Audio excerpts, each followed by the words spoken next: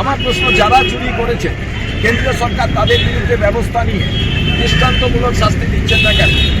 যদি তৃণমূল করাপশন করে থাকে, এই সরকারের দ্বারা করাপশন হয়ে থাকে, যদি তার দায় গ্রামের গরিব সাধারণ মানুষরা কেন ভোগ করবে?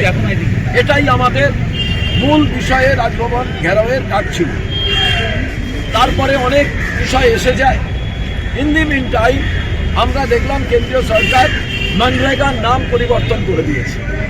পরিবর্তন করে এমন একটি নাম দিয়েছে যে নাম বাংলা না ইংরেজি না হিন্দি কেউ জানেন না। আমি আপনাদের কাছে বলি, এখানে বলেছে ভিবিজি রামজি। আপনি আমায় বলুন তো কি? কিন্তু সুকৌশলে রামের নাম যাতে লোকে করে, আরে এটা রামের নাম করা নয়, রামের নামে বদনামি করা। আসল কথা ভিবিজ আমোজ, এইটা আসল হচ্ছে ভিবিজ আমোজ। এরা না হিন্দু না মুসলমান না খ্রিস্টান না বৌদ্ধ, এরা ভারতবর্ষের মনুত্ববাদ আলাদাভাবে মনুবাদকে প্রতিষ্ঠিত করতে চায়।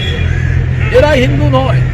গ্রামে যারা কাজ করে খাচ্ছিলেন তারা হিন্দু আছেন, মুসলমান আছেন, অন্য সম্প্রদায় আছেন, অন্য জাতের আছেন। এরা শুধু ভাগ বাটোয়ারা করতে গিয়ে এই নাম পরিবর্তন করেছে। রাষ্ট্রপতি সই করে দিয়েছে। অতএব রাজ্যপালের সঙ্গে যে দেখা করার প্রশ্ন ছিল যে এটাকে আটকান, তার আর প্রয়োজন নেই। আমরা পরে রাজ্যপালের কাছে আলাদাভাবে যাব, গিয়ে দেখা করে বলবো।